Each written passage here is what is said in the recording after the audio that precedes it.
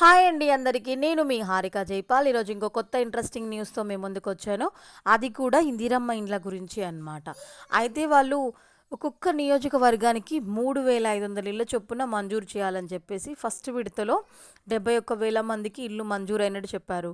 అయితే అందులో మ్యాక్సిమం అందరికైతే పత్రాలు అందజేశారు కదా. అందచేసినా సరే ఇండ్లు చాలామంది అయితే స్టార్ట్ చేయలేదు. ఏంటి అని రీజన్ వాళ్ళు వెతికితే ఉన్న వాళ్ళలో కొంతమంది ఆ బేస్మెంట్ లెవెల్ కడితే 1,00,000 వస్తాయని తెలుసు కదా. అంతవరకు కూడా వాళ్ళకు బేస్మెంట్ లెవెల్ వరకు కూడా చేసుకునే అంత అమౌంట్ లేక కొంతమంది ఆగిపోయారనమాట. సో వాళ్ళ కోసం మహిళా సంఘాల నుంచి రూ. 1,00,000 అంటే లోన్ వచ్చేలాగా, మళ్ళీ వీళ్ళకు గవర్నమెంట్ నుంచి 1,00,000 రాగానే వాళ్ళకి రిటర్న్ ఇచ్చేలాగా అలా ఏర్పాటు చేశారు.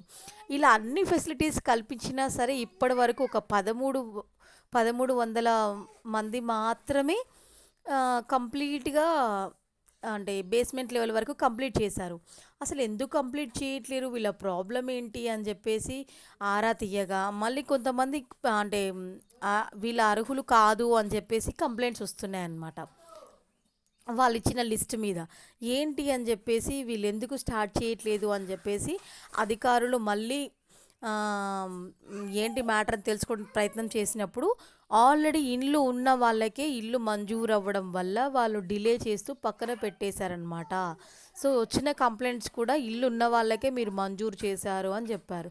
సో ఈ రెండు టాలీ అవ్వడం వల్ల అలా చెప్పడం వల్ల ఇచ్చిన వాళ్ళలో ఎవరికైతే మొదటి విడతలో పత్రాలు అందాయో ఇల్లు మంజూరైనట్టు వాళ్ళకు మళ్ళీ రీవెరిఫికేషన్ చేసి ఇన్ కేస్ అందులో అనర్హులు ఉంటే మాత్రం పత్రాలను వెనక్కి తీసుకుంటాము అని చెప్పేసి చెప్పారనమాట. ఇది జరుగుతున్నది, ప్రజెంట్ జరుగుతున్నది. అయితే అది కూడా L1 లిస్ట్లో ఉన్న వాళ్ళకే, అంటే ఫస్ట్ విడతలో ఎవరికైతే మంజూరైనాయో వాళ్ళకే. అది ఎలా అంటే మొదటి దశలో సొంత స్థలం ఉన్నవారికి సహాయం చేసేందుకు అంటే వీళ్ళు దానిపైన దృష్టి పెట్టారు. తెలంగాణ వ్యాప్తంగా ప్రతి నియోజకవర్గానికి 3,500 ఇల్లు కేటాయించమన్నారు. మహిళల పేరుతోనే ఇండ్లు మంజూరు చేస్తారు.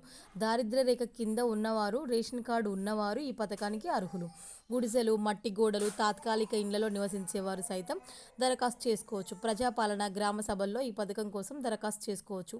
సొంత స్థలం ఉన్న అర్హులైన లబ్ధిదారులకు గృహ నిర్మాణం కోసం ఈ పథకం కింద 5,00,000 రూపాయల ఆర్థిక సహాయం అంటే ఇస్తారన్నమాట. అంటే 100% సబ్సిడీ అనమాట.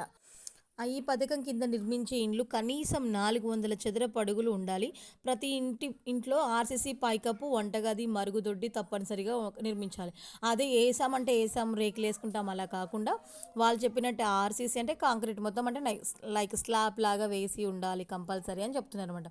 ఈ పథకాన్ని పారదర్శకంగా అమలు చేస్తామని గృహ నిర్మాణ శాఖ మంత్రి పొంగులేటి శ్రీనివాసరెడ్డి ఇదివరకే ప్రకటించారు. లబ్ధిదారుల ఎంపికలో ఎటువంటి అవకతవకలు ఉండవని, అర్హులైన వారికే ఇండ్లు మంజూరు చేస్తానన్నారు. ఒకవేళ ఇండ్లు మంజూరు చేసినా వాటిని వెనక్కి తీసుకుంటామన్నారు. అందులో భాగంగానే తాజాగా అనర్హులకు ఇచ్చిన ఇండ్లను వెనక్కి తీసుకోవాలని భావిస్తుంది. అర్థమైంది.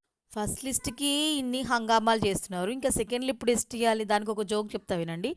సెకండ్ లిస్ట్ రిలీజ్ చేయడానికి అంటే డబల్ బెడ్రూమ్లకి కాంట్రాక్టర్లు ఎవరు రావట్లేదని దానికోసం ఆయన ఏఐ పోస్టులు వేశారనమాట.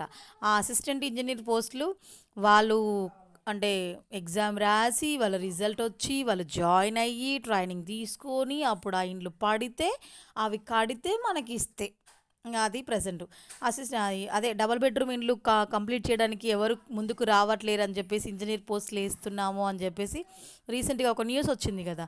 సో అది వాళ్ళు ఎప్పుడు రాయాలి ఎగ్జాము, ఎప్పుడు కట్టాలి, ఎప్పుడు క్వాలిఫై కావాలి, ఎప్పుడు జాయిన్ అవ్వాలి, ఎప్పుడు కాంట్రాక్ట్ తీసుకొని అవి కంప్లీట్ చేయాలి, ఇదంతా ఇప్పట్లో అయ్యే పనేనా? నాకైతే అలాగే అనిపిస్తుంది. సో మ్యాక్సిమం అయితే ఇంక ఎప్పుడు ఏం జరుగుతుంది అనేది ఎవరు చెప్పలేరు. సో ఇది మ్యాటర్ అయితే ఈరోజుకి. వీడియో నచ్చితే మర్చిపోకుండా ఒక లైక్ చేయండి. కొత్తగా మన ఛానల్ని ఎవరైనా చూస్తున్నట్టయితే సబ్స్క్రైబ్ చేసుకోండి. Thank you.